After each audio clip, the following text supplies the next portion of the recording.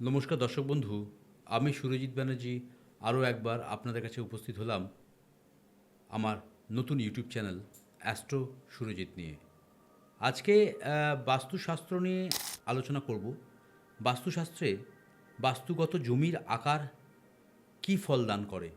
বাস্তুশাস্ত্রের জমি খুব একটা ভাইটাল রোল প্লে করে। যে জায়গাতে আপনি বাস্তু তৈরি করছেন বা আপনার বাসগৃহ তৈরি করছেন, সেই জায়গার আকার কীরকম হলে কী ফল প্রদান করে, তারই একটি ছোটোখাটো ইঙ্গিত বা আভাস আপনাদের কাছে উপস্থাপন করার প্রয়াস আমি করতে এসেছি।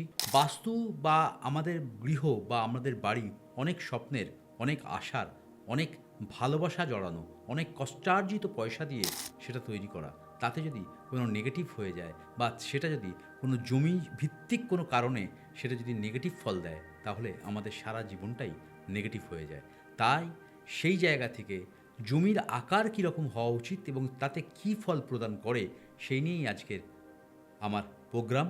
বাস্তুশাস্ত্রে জমির আকার কী ফল দেয়, প্রথমেই বলবো আয়তকার বা বর্গাকার জমি যদি তার ওপর বাস্তু হয়, বাস্তু তো বাস্তুশাস্ত্র অনুযায়ী করতে হবে, কিন্তু আয়তকার বা বর্গাকার জমি যদি হয়, বাস্তুভূমি হয়, তাহলে সর্বসিদ্ধকারক জমি, সেটি সর্বসিদ্ধকারক, সব দিক থেকেই সেই জমিটি কিন্তু শুভ হতে পারে। যে জমি চতুর্ভুজ আকৃতির, জমির চারটি কোণ অসমান, সেই জমিতে ধনলাভ হয়।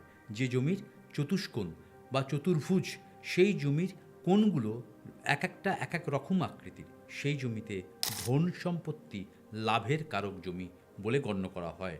বৃত্তাকার ভূমি বা গোলাকার বাস্তুভূমি স্বাস্থ্য বা পুষ্টি বৃদ্ধি করে, স্বাস্থ্যের জন্যে উপকারী বা আমাদের খাবারের জন্যে উপকারী জমি হিসাবে গণ্য করা হয়। সবটাই কিন্তু একে অপরের সঙ্গে লিঙ্ক আপ রয়েছে, এটা কিন্তু আপনাদের প্রত্যেককেই মাথায় রাখতে হবে। খুব একটা সহজসাধ্য ব্যাপার নয়। আমরা ইজিলি নিয়ে নিই, সহজভাবে নিয়ে নিই, তা বলে এই নয় যে ইজিলি নিলে আমাদের জীবনযাত্রাটাও কিন্তু ইজিয়েস্ট ওয়েতে চলে যাবে। আমরা বিভিন্ন রকম সমস্যার কিন্তু মুখাপেক্ষী হয়ে থাকি। তিন কোণ বিশিষ্ট জমি বাস্তুগৃহ যদি হয়, প্রচণ্ড পরিমাণ শত্রুতার শিকার হওয়ার সম্ভাবনা তৈরি হয়। তিন কোণ ত্রিভুজ আকৃতি, তিন কোণ ভূমি বাস্তুভূমি যদি হয়, তাহলে সেখান থেকে আপনার মারাত্মকভাবে সেই জায়গা থেকে আপনার শত্রুতা তৈরি হয়ে যাবে। অসম গোলাকার বাস্তুভূমি দারিদ্রতা বহন করে নিয়ে আসে। অসম গোলাকার, গোলাকার কিন্তু অসম, সমান নয়, সেই জায়গা থেকে আমাদের জীবনে সেটা দারিদ্রতা বহন করে নিয়ে আসে। ভদ্রপীঠ বাস্তুভূমি অভিলাষ পূর্ণ করে, সন্তোষ প্রদান করে। ভদ্রপীঠ বাস্তুভূমি আমাদের অভিলাষ বা আশাকে ফুলফিলমেন্ট করে। শকটাকৃতি বাস্তুভূমি বসবাসের ক্ষেত্রে ধন হানি হয়, আপনার পয়সা নষ্ট করে দেবে শকট আকৃতির যে বাস্তুভূমি। দণ্ডাকৃত ভূমির উপর বাসগৃহ নির্মাণ করলে সেখানে আপনার পোষ্য বা আপনি গৃহপালিত যদি কোনো পশু পাখি পোষেন, সেখান থেকে তাদের কিন্তু নাশ হবে, সেখানে কোনো পশু পাখি বাঁচবে না যদি দণ্ডাকৃতি ভূমির ওপর আপনি বাস্তু তৈরি করে ফেলেন। ডিমাকৃতি বাস্তুভূমি যদি করেন, সারা জীবন ডিমের মতো আকৃতি বিশিষ্ট বাস্তুভূমির ওপর যদি আপনি বাস্তু করে ফেলেন বা আপনার বাড়ি করে ফেলেন, সারা জীবন আপনাকে অশান্তি বহন করে যেতে হবে, কোনো দিন আপনি সুখ শান্তি পাবেন না। বা কুলাকার বাস্তুভূমি গৃহস্বামীর অকাল মৃত্যু ঘটবে, গৃহস্বামীর অকাল মৃত্যু বা গৃহকর্ত্রীর সারা জীবন কষ্ট থাকবে। যে বাস্তুভূমি সুপ বা কুলাকার বাস্তুভূমি, তার উপর যদি বাস্তু তৈরি করে ফেলেন, কি করবেন, গৃহস্বামীর অকাল মৃত্যু হয় এবং সারা জীবন গৃহকর্ত্রী অসুস্থ থাকেন, শারীরিক সমস্যায় ভুগতে থাকেন। অর্ধা চন্দ্রাকৃতি বাস্তুভূমি সারা জীবন শত্রু ভয়, চুরি হওয়ার সম্ভাবনা, ভয়ে ভয়ে থাকা একটা মানসিকতা তৈরি করে দেয়। ডমরু আকৃতির যদি বাস্তুভূমি হয়, তাহলে চোখের রোগ তৈরি হয়, অন্ধ হওয়ার সম্ভাবনা বা চোখ নিয়ে সারা জীবন একটা প্রবলেমে জায়গা তৈরি হয়। ডমরু আকৃতি যদি বাস্তুভূমি হয়। মৃদাঙ্গের আকৃতি যদি বাস্তুভূমি হয়, তাহলে স্ত্রীর প্রাণহানি ঘটে। মৃদাঙ্গের আকৃতি যদি বাস্তুভূমি হয়, তাহলে স্ত্রী যিনি গৃহকর্ত্রী বা স্ত্রী যদি থাকেন, তার প্রাণহানির সম্ভাবনা হয়ে থাকে।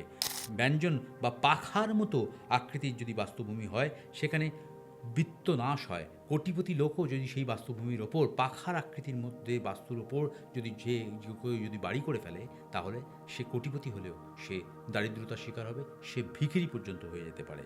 কুম্ভ বা ঘটের আকৃতির মতো যদি বাস্তুভূমি হয়, তার বিভিন্ন রকম চর্মরোগ, মানসিক যন্ত্রণা এবং পরবর্তী জীবনে সে মানসিক উন্মাদ হয়ে যেতে পারে।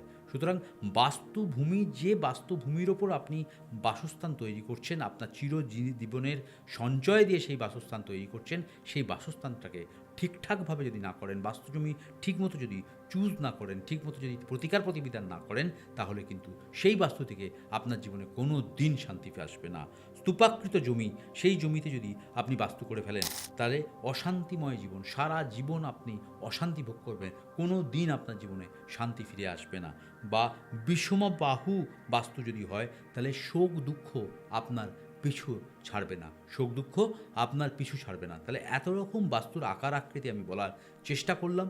এই আকার আকৃতির ওপর আমরা বাস্তু যদি তৈরি করে ফেলি, তাহলে আমাদের জীবনে এই ধরনের প্রবলেম বা এই ধরনের আনন্দ, এই ধরনের সুখ বর্তাতে পারে। সুতরাং যারা জমি কিনছেন, যারা জমি কিনবেন ভাবছেন, যারা জমি অলরেডি কিনে ফেলেছেন, জমি এই রকম ধরনের যে আকৃতিগুলোর কথা বললাম, এই ধরনের আকৃতির সঙ্গে জমির আকৃতি মিলছে, বা আপনারা এখনও খেয়াল করেননি, বা খেয়াল করে নিন, গিয়ে অবশ্যই দেখে নিন বাস্তুটা, যে যে আকৃতিগুলোর কথা বললাম সেই ধরনের আকৃতি কি আপনাদের জমিটা, তাহলে অবশ্যই সেই জমিটাকে রেকটিফাই করতে হবে, সেই জমিটাকে প্রতিকার প্রতিবিধান করতে হবে, তারপর তার মধ্যে আপনি বাস্তু নির্মাণ করুন, সুখ শান্তি বজায় থাকবে। না হলে আপনি যদি এই ধরনের প্রবলেমের সঙ্গে বাস্তু জমিতে আপনি এরকম একটা বাস্তু তৈরি করে ফেলেন, ভূমিতে যদি এরকম বাস্তু তৈরি করে ফেলেন, তাহলে সারা জীবন আপনার অর্থ তো গেলই, তার সঙ্গে সঙ্গে মানসিক শান্তির জায়গা ছেড়ে মানসিক অবসাদের জায়গায় আপনারা ঢুকে যাবেন। সুতরাং সেই জায়গা থেকে অবশ্যই নিজেদের কনসাস থাকতে হবে, যখন ইনভেস্ট করছেন, ইনভেস্টমেন্টটা যেন প্রপার ইনভেস্টমেন্ট হয়, সেটা যেন ভুলভাল ইনভেস্টমেন্ট না হয়। কারণ